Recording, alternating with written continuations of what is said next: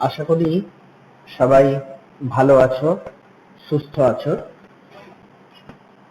আমরা আজকে ক্লাস 12 এর একটা গুরুত্বপূর্ণ সেকশন শুরু করব। সেকশনটার নাম হলো introduction to database. Introduction to database. Computer application স্টুডেন্টরা তোমাদের সিলেবাসে সেকশন সিতে পাবে, ক্লাস 12 এর সেকশন সিতে পাবে। আর কম্পিউটার সায়েন্সের স্টুডেন্টরা তোমাদের সিলেবাসের সেকশন ডি তে পাবে। Section D, computer science section D, computer application section C. ভীষণ ভীষণ গুরুত্বপূর্ণ একটি সেকশন। টপিকসটা হলো ডেটাবেস। তাহলে এই যে টপিকসটা তোমরা দেখতে পাচ্ছ, ইন্ট্রোডাকশন টু ডেটাবেস। তো এই ডেটাবেস শব্দটার মধ্যে আমরা ডেটা শব্দটাকে আমরা জানি। ডেটা শব্দটার সাথে আমাদের গত বছর ক্লাস 11-এ পরিচয় ঘটেছে। ডেটা একটা ল্যাটিন ওয়ার্ড, যে শব্দটা ল্যাটিন ভাষায় থেকে এসছে। এখন ইংলিশ ডিকশনারিতেও আমরা এই শব্দটাকে পেয়ে থাকি। যেটা কি আমরা জানি, কম্পিউটারে আমরা যা ইনপুট করি, কম্পিউটারে আমরা যা ইনপুট করি সেটাই হলো ডেটা। এই ডেটাটা কম্পিউটারে যাওয়ার পর কি ঘটে আমরা সেটা দেখেছি। কম্পিউটারে যাওয়ার পর এই ডেটাটার উপর প্রসেসিং হয়। প্রসেসিংটাকে বলা হয় ডেটা প্রসেসিং। আর ডেটাটা প্রসেসিং হওয়ার পর আমরা যেটা পাই, অর্থাৎ processed data, processed data is called information. অনেকেই আমরা একটু গন্ডগোল করে ফেলি যে ডেটা আর ইনফরমেশন, এই দুটো শব্দ, ডেটা আর ইনফরমেশন, এই দুটো শব্দকে প্রায় এক করে ফেলি।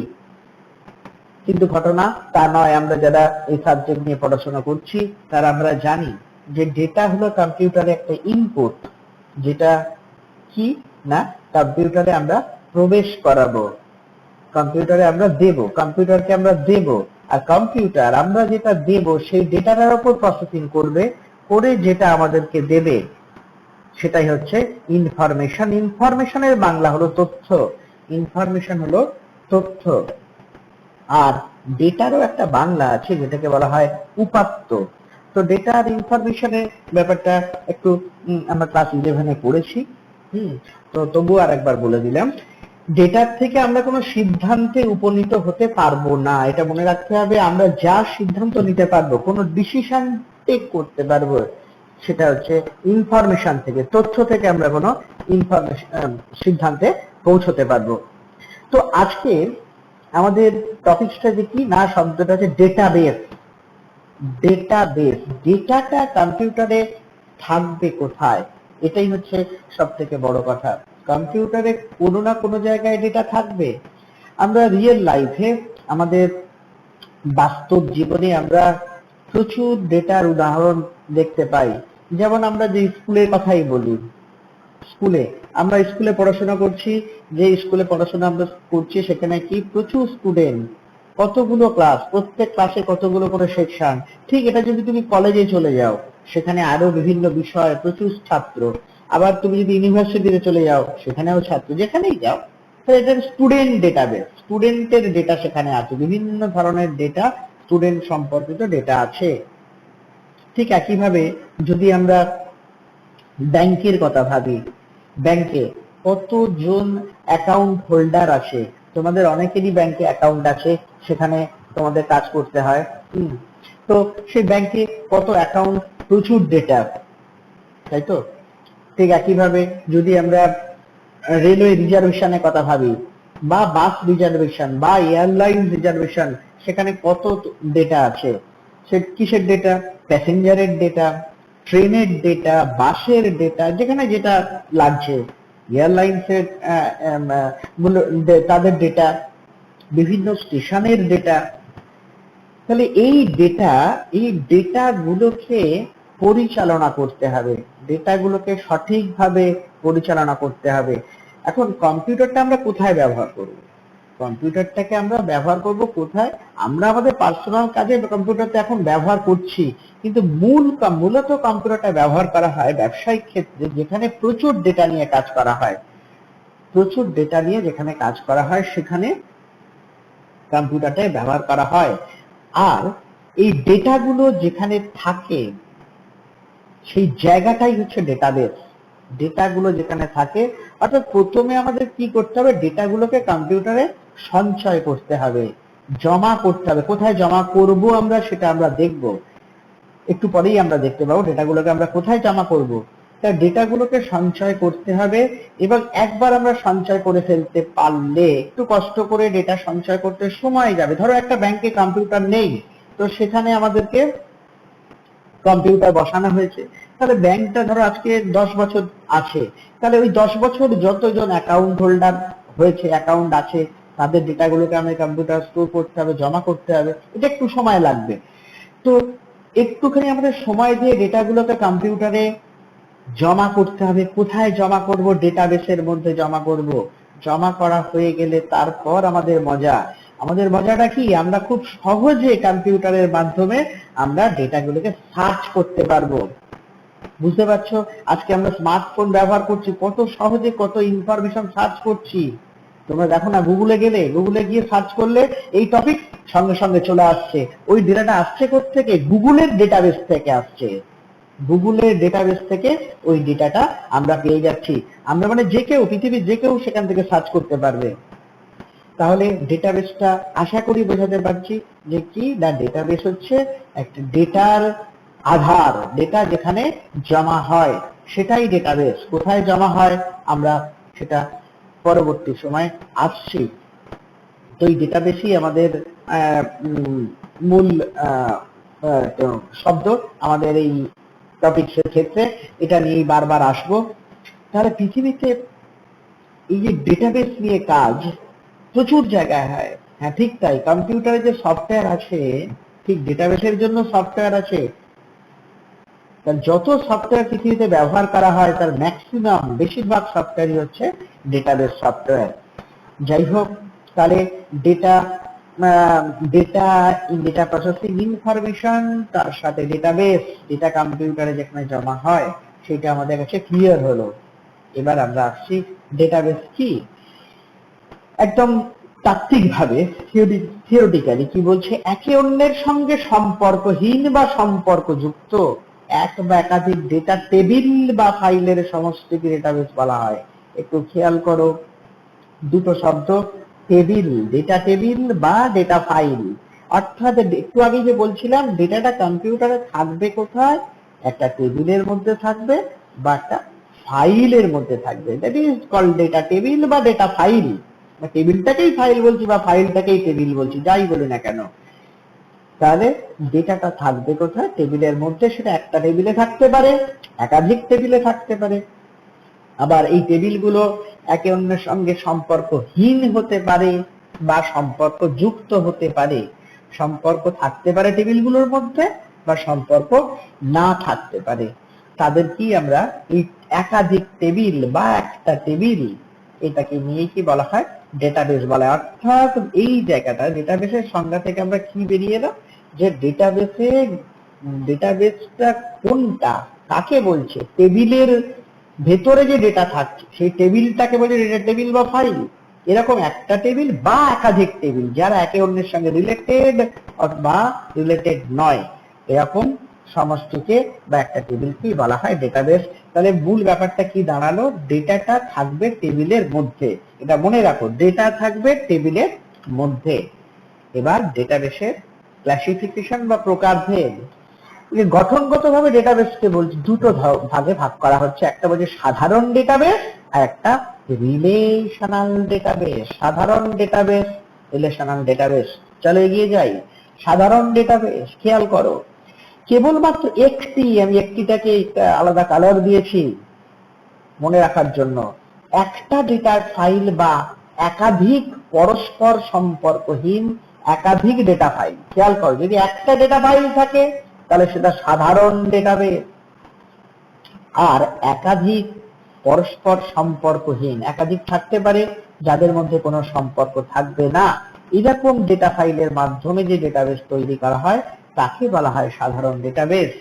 যেমন একটা এক্সাম্পল দিয়েছি, এমএস এক্সেল এর যে ফাইল, এক্সেল সফটওয়্যার তোমরা এখন আসোনি, করবে ক্লাস 12 তোমরা করবে, অ্যাপ্লিকেশনের স্টুডেন্টরা আর সায়েন্সের স্টুডেন্টদের এটা নেই।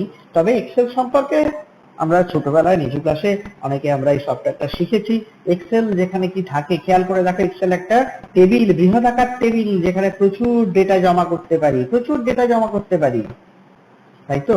কিন্তু এটাকেও আমরা ডেটাবেস বলবো, তাহলে এটা একটা জেনারেল ডেটাবেস, সাধারণ ডেটাবেস। আমরা আরো পরে থিওরিতে ব্যাপারটা ক্লিয়ার হবে। বা একটা ফাইল বলতে পারি, হ্যাঁ একটা ডেটা ফাইল বলছি যেখানে ডেটা থাকবে, তো ডেটাবেস তো বটেই। যখন আমাদের, হ্যাঁ যদি আগের স্লাইডে যাই, এই যে রিলেশনাল ডেটাবেস, রিলেশনাল ডেটাবেসটা আমাদের অনেক পরে এসছে। আগে ছিল এই সাধারণ ডেটাবেস, মানে তখন এই এক্সেল নিয়েই কাজ করা হতো, এক্সেলে ডেটা স্টোর করা হতো, সেই ডেটাগুলো নিয়ে আমাদের কাজ করতে হতো, তখন সেটা ডেটাবেস বলা হতো। তারপরে যখন রিলেশনাল ডেটাবেসটা এলো, রিলেশনাল ডেটাবেসটা কি বলছে দেখো, বলছে একে অন্যের সঙ্গে সম্পর্কযুক্ত। আগেরটাই কি ছিল? সম্পর্কহীন। এবার হচ্ছে রিলেটেড। এরকম একাধিক ডেটা টেবিল বা ফাইলের সমষ্টিকে আমরা বলছি রিলেশনাল ডেটাবেস, মানে একে অন্যের সঙ্গে সম্পর্ক থাকবে। খেয়াল করবে, সাধারণ ডেটাবেস সম্পর্কহীন, আর রিলেশনাল ডেটাবেস কিন্তু সম্পর্ক যুক্ত। তাদের কি বলছে? Relational database. সেই টেবিলগুলোর সমষ্টিকে নিয়ে যে ডেটাবেস তৈরি হচ্ছে তাদেরকে আমরা বলবো রিলেশনাল ডেটাবেস। একটা এক্সাম্পল দিচ্ছি, স্কুল, স্কুলে কারা থাকে? স্টুডেন্টের ডেটা থাকে, ঠিক একইভাবে টিচারের ডেটা থাকে। স্টুডেন্টের ডেটা আর টিচারের ডেটা, এদের মধ্যে যে সম্পর্ক, এদের মধ্যে যে রিলেশনশিপ, সেটা কি? রিলেশনশিপটা হচ্ছে রিলেশনাল ডেটাবেস তৈরি করছে। ঠিক রেলওয়ে রিজার্ভেশন, সেখানে প্যাসেঞ্জার থাকবে, ট্রেন থাকবে, এদের মধ্যে সম্পর্ক আছে, সম্পর্ক থাকতেই হবে, তবেই না ডেটাবেসটা তৈরি হয়েছে। তাহলে রিলেশনাল ডেটাবেসের মধ্যে সম্পর্ক যুক্ত, রিলেটেড ডেটা। নেক্সট, এবার একটা ডেটাবেসের কিছু মূল উপাদান আছে। আমি একটা টেবিল এঁকেছি, দেখো খুব ভালো করে দেখো, টেবিলটা আমরা নিয়ে এসেছি। রোল আছে, নেম আছে, তার অ্যাড্রেস আছে, তার কন্ট্যাক্ট নাম্বার আছে। আমি 3টে স্টুডেন্ট, এখানে 3টে হতে পারে, 3000 হতে পারে, 3 কোটি হতে পারে, 30 কোটি হতে পারে, আরো অনেক বেশি হতে পারে, যাই হোক। তাহলে এই যে টেবিল, এই টেবিলে আমরা কোনগুলোকে কলাম বলে, কোনগুলো রো বলে আমরা জানি। যেগুলো উলম্ব ভাবে থাকে, ভার্টিক্যাল থাকে, তাদেরকে আমরা বলি কলাম, আর যেগুলো অনুভূমিক ভাবে থাকে, হরাইজন্টাল ভাবে থাকে, তাদেরকে আমরা বলি রো।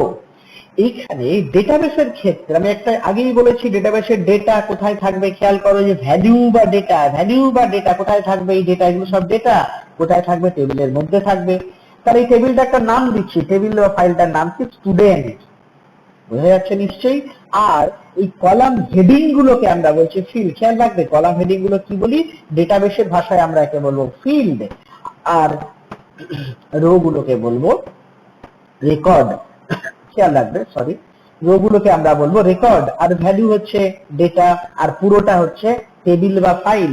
মনে রেখো, কলাম হেডিং গুলোকে বলা হয় ফিল্ড, রো গুলোকে বলা হয় রেকর্ড, ভ্যালু বা ডেটাকে বলা হচ্ছে, ভ্যালু বা ডেটা হচ্ছে টেবিলে যেটা জমা থাকছে, স্টোর থাকছে, আর পুরোটাকেই বলছি আমরা টেবিল বা ফাইল, তাই তো? নেক্সট, এরপরে আসছে ডেটাবেস ল্যাঙ্গুয়েজ কি? ল্যাঙ্গুয়েজ আমরা ক্লাস 11-এ কম্পিউটার ল্যাঙ্গুয়েজ ব্যাপারটা জেনেছি।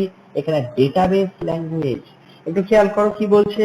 বলছে যে ভাষার সাহায্যে, যে ভাষার সাহায্যে ডেটাবেসে টেবিলের গঠন, অর্থাৎ আমরা টেবিলটা তৈরি করা, কিভাবে তৈরি করবো, স্ট্রাকচারটা যেমন আমরা খাতায় স্কেল পেন্সিল দিয়ে আঁকি, ঠিক এখানেও টেবিলটা তৈরি করতে গেলে আমাদেরকে স্কেল পেন্সিল লাগবে না, বা এমএস ওয়ার্ডের মতো টেবিল তৈরি করতে হবে না।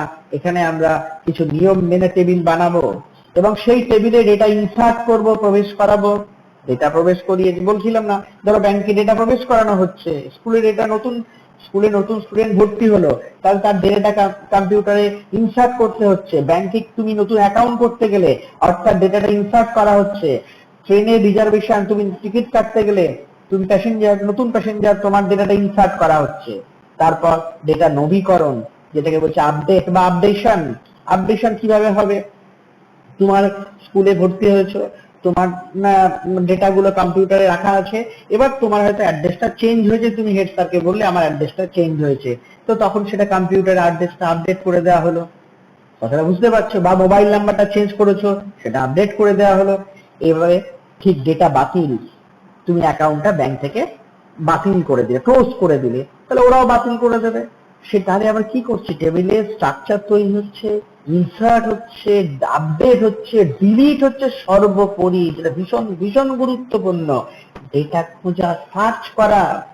আমরা যেমন গুগলে ডেটা সার্চ করি, ঠিক ব্যাংকের যে এমপ্লয়িরা, ব্যাংকের কর্মচারীরা তাদের কম্পিউটারে বসে ডেটা সার্চ করছে, মুহূর্তের মধ্যে ডেটা খুঁজে নিচ্ছে। তুমি বললে আমার কত টাকা আছে একটু দেখুন না, বা আমি লাস্ট কত টাকা আমি আমার অ্যাকাউন্ট থেকে দেখুন না, ওরা সঙ্গে সঙ্গে দেখে বলে দেয়। কিভাবে বলে? ওই ডেটাবেসের মধ্যে ডেটা জমা আছে ডেটাবেসের মধ্যে, সেখান থেকে সার্চ করছে। তাহলে আর ডেটা নিয়ন্ত্রণ, ডেটাকে কন্ট্রোল করা, এই সমস্ত কাজগুলো করা হয় একটা ভাষার সাহায্যে, যেটাকে বলছে ডেটাবেস ল্যাঙ্গুয়েজ। এটা আমরা থিওরিতে পড়বো। এরকম এই ল্যাঙ্গুয়েজের 4টে টাইপ আছে, 4টে ধরন আছে বা শ্রেণী বিভাগ আছে। Data definition language, data manipulation language, data control language, data transaction language বা ট্রানজাকশন কন্ট্রোল ল্যাঙ্গুয়েজ। আমরা পরবর্তী থিওরিতে সেটা যাবো এই জায়গাটাতে। তাহলে ডেটাবেসের কাজগুলো একটা ভাষার সাহায্যে করা হয়, সেটাই হচ্ছে ডেটাবেস ল্যাঙ্গুয়েজ। নেক্সট দেখো, ভীষণ গুরুত্বপূর্ণ, ডিবিএমএস কি? ডিবিএমএস কি? ডিবিএমএস এর পুরো কথা হলো database management system. Database, DB database management system. খেয়াল রাখবে, ডেটাবেস ম্যানেজমেন্ট সিস্টেম হচ্ছে এক ধরনের সফটওয়্যার। আমি ইয়েলো কালার দিয়েছি তোমাদের মনে রাখার জন্য। এক ধরনের সফটওয়্যার, যে সফটওয়্যারের সাহায্যে ডেটাবেসের যাবতীয় কাজ করা। একটু আগে বলছিলাম ডেটাবেসের কি কাজ? ইনসার্ট করা, আপডেট করা, ডিলিট করা, সার্চ করা, এই সমস্ত কাজ এক ধরনের সফটওয়্যার দিয়ে করা হবে। পৃথিবীতে সব থেকে বহুল ব্যবহৃত সফটওয়্যার, ব্যবসায়িক ক্ষেত্রে সেটা কি? DBMS software. আমি কয়েকটা সফটওয়্যার এক্সাম্পল দিয়েছি, দেখো এখানে দেখতে পাচ্ছ তোমরা। Oracle, MySQL, SQL server, MS Access, Firebase, DB two ইত্যাদি। এরকম অনেক ডেটাবেস সফটওয়্যার আছে, এরা ভীষণ ভীষণ গুরুত্বপূর্ণ। যার মধ্যে এমএস অ্যাক্সেসটাকে আমি ইয়েলো কালার করেছি, তার কারণ কম্পিউটার অ্যাপ্লিকেশনে এমএস অ্যাক্সেস সফটওয়্যারটা আছে। কম্পিউটার অ্যাপ্লিকেশনে যে 5টা সেকশন আছে ক্লাস 12 এর, তার মধ্যে এমএস অ্যাক্সেস একটা গুরুত্বপূর্ণ সেকশন। তো আমরা পাবো সেকশন ই তে আছে, সেকশন ই তে এই এমএস অ্যাক্সেস সফটওয়্যার তোমরা পাবে। আর আমাদের সায়েন্সের ক্ষেত্রে এমএস অ্যাক্সেস নেই, কোন এরকম যে উল্লেখ করা নেই যেরকম কোন সফটওয়্যারের সাহায্যে আমরা কাজ করব, কিন্তু ডেটাবেসের থিওরি আছে। যাই হোক, তাহলে ডিবিএমএসটা কি? ডিবিএমএস হচ্ছে এক ধরনের গুরুত্বপূর্ণ সফটওয়্যার যার সাহায্যে ডেটাবেসের কাজ করা হয়। ডেটাবেস নিয়ে যদি পড়াশোনা করছো, থিওরি পড়ছে, বা সেটা কম্পিউটারে কাজ করবে, তার জন্য সফটওয়্যার লাগবে। বোঝা গেল? নেক্সট, এই ডিবিএমএস এর বেশ কিছু উপাদান আছে, পরপর সাজানো আছে 1 2 3 4 করে। প্রথম উপাদানটার নাম টেবিল। টেবিল কি অলরেডি আমরা জেনে গেছি, ডেটাবেসের ডেটা যেখানে জমা হয় তাকে টেবিল বলে, আমরা জেনে গেছি। তারপরের উপাদান কি আছে দেখো, কোয়েরি। কোয়েরি হচ্ছে তারপরের উপাদান। কোয়েরি আমরা ইনকোয়ারি বলি, ওয়ার্ডটার সাথে আমাদের পরিচয় আছে। ডেটাবেসে সঞ্চিত ডেটা যে পদ্ধতিতে প্রয়োজনীয় ডেটা খুঁজে বার করা হয়, ডেটাবেসে যে সঞ্চিত ডেটা থেকে, ডেটাবেসে ডেটা সঞ্চিত আছে, সেখান থেকে যে পদ্ধতিতে আমরা প্রয়োজনীয় ডেটা খুঁজে বার করব। অর্থাৎ তুমি ব্যাংকে বললে আমি আমার কত ব্যালেন্স আছে দেখুন, ব্যাংক তো সেটা বলে দিচ্ছে, যে পদ্ধতিতে বলছে, দ্যাট ইজ কল কোয়েরি। এটাকে আমরা কোয়েরি বলছি। এরকম অনেক ধরনের কোয়েরি আছে, যার মধ্যে একটা এখানে দেওয়া আছে, আমি 5টা ধরন লিখেছি। যেমন দেখো, সিলেক্ট কোয়েরি। এই যে সিলেক্ট কোয়েরি বলছে ডেটাবেসের ডেটা টেবিল থেকে, ডেটাবেসের টেবিল থেকে যখন নির্বাচন করা হয়, ফিল্ডগুলোকে নির্বাচন করা হয়, সিলেক্ট করা হয় যে কোয়েরির মাধ্যমে, সেটাই সিলেক্ট কোয়েরি। ফিল্ডগুলোকে, ফিল্ড আমরা একটু আগে বললাম, কলাম হেডিং গুলোকে ফিল্ড বলে। আর একটা আছে cross tab query. Cross tab query কি বলছে? ক্রস ট্যাব কোয়েরি বলছে যে কোয়েরি ডেটাকে গ্রুপ আকারে উপস্থাপন করা হয়, গ্রুপ আকারে, যেটাকে সামারি গ্রুপ আকারে উপস্থাপনের জন্য যে কোয়েরি পরিচালনা করা হয় তাকে আমরা বলি ক্রস ট্যাব কোয়েরি। আমরা থিওরিতে পরবর্তী সময়ে জানবো প্যারামিটার কোয়েরি। কোন শর্তের উপর ভিত্তি করে, কোন একটা শর্ত থাকবে, কন্ডিশন থাকবে, তার উপর ভিত্তি করে একটি টেবিলের রেকর্ড যখন অন্য একটা টেবিলের সাথে সামঞ্জস্য না হলেও আনম্যাচ ডেটাগুলিকে খুঁজে বার করার জন্য যে কোয়েরি করে তাকে বলছে আনম্যাচ কোয়েরি।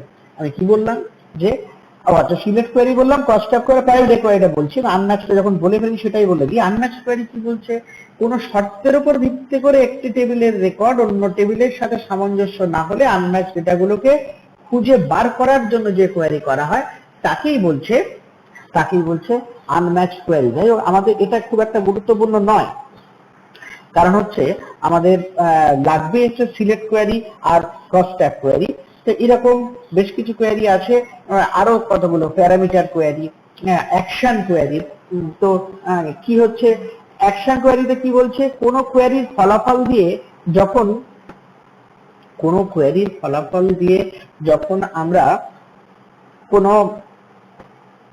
যখন টেবিলের ডেটা সমূহের মধ্যে কোনো পরিবর্তন সাধন করতে পারি, কোনো কোয়েরির ফলাফল দিয়ে যখন টেবিলের ডেটা সমূহের কোনো পরিবর্তন সাধন করতে পারি তখন তাকে আমরা অ্যাকশন কোয়েরি বলি। তা এইগুলো আমরা পরবর্তী সময়ে জানবো। আমাদের সিলেবাসের মধ্যে দুটো কোয়েরির কথা বলা আছে, সিলেক্ট কম্পিউটার অ্যাপ্লিকেশনের ক্ষেত্রে বলা আছে সিলেক্ট কোয়েরি, আর বলা আছে ক্রস ট্যাব কোয়েরি করা। তো আমরা এগিয়ে যাচ্ছি পরবর্তী কোয়েরি ল্যাঙ্গুয়েজ। কি বলছে, একটু আগে আমরা বলছিলাম ডেটাবেস ল্যাঙ্গুয়েজ, তাই তো? দেখো এখানে আসছে কোয়েরি ল্যাঙ্গুয়েজ। তো এই কোয়েরি ল্যাঙ্গুয়েজ বলতে যে ল্যাঙ্গুয়েজটার সাহায্যে, যে ভাষার সাহায্যে আমরা কোয়েরিটা তৈরি করতে পারি, যে ভাষার সাহায্যে আমরা কোয়েরি করি তাকে বলবো কোয়েরি ল্যাঙ্গুয়েজ। তো এখানে কতগুলো কোয়েরি ল্যাঙ্গুয়েজের কথা বলা হয়েছে। তার query language QEL, QBE query by language, আর একটা আছে স্ট্রাকচার কোয়েরি ল্যাঙ্গুয়েজ। তো স্ট্রাকচার কোয়েরি ল্যাঙ্গুয়েজটা ইয়েলো কালার করা আছে। এইটাই আমাদের কম্পিউটার অ্যাপ্লিকেশন এবং কম্পিউটার সায়েন্সের কমন টপিক, এবং এটার থেকে একটা পুরো প্রশ্ন আসে, স্ট্রাকচার কোয়েরি ল্যাঙ্গুয়েজ, কোয়েরি ভাষা। তো এই ভাষাটা আমরা শিখবো, আমরা পরবর্তী ক্লাসে এটা শুরু করব। তোমরা ক্লাসটাকে ফলো করো, দেখতে থাকো, যেগুলো বললাম সেগুলো বোঝার চেষ্টা করো।